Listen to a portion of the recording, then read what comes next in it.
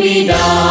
ผู้ประเสริฐกำเนิดเฮามา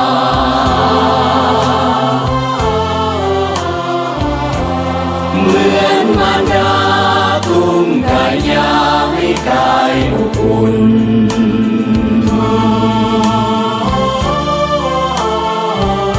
ความรักความห่วงล้นสวงเมตตาก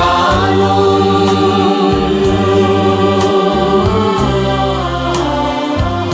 ทักมีบุญคุณยิ่งใหญ่เหลือนักขยา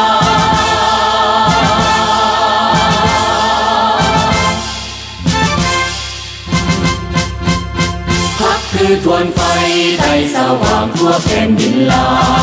วเหมือนเดือนและดาวข่าวปุดพองทั่วท้องนาภาสุ่มเย็นเหมือนดังสายน้ำสวยงามป่าไม้ภูผา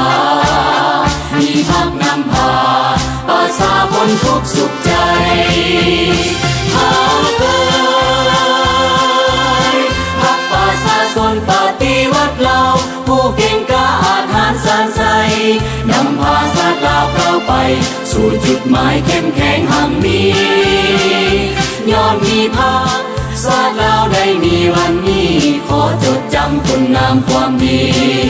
จงรักภักดี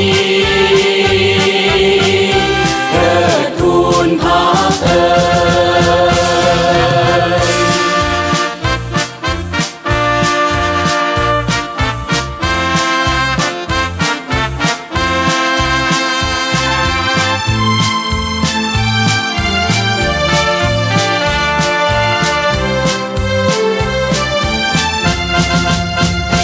คือทวนไฟ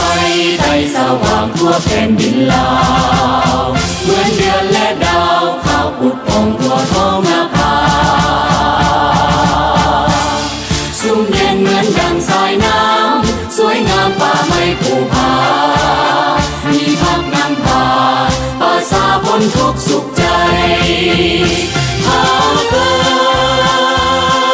ดพักป่าสาสนปฏิวัติเราผู้เก่งกล้าอาถรรพ์สานใส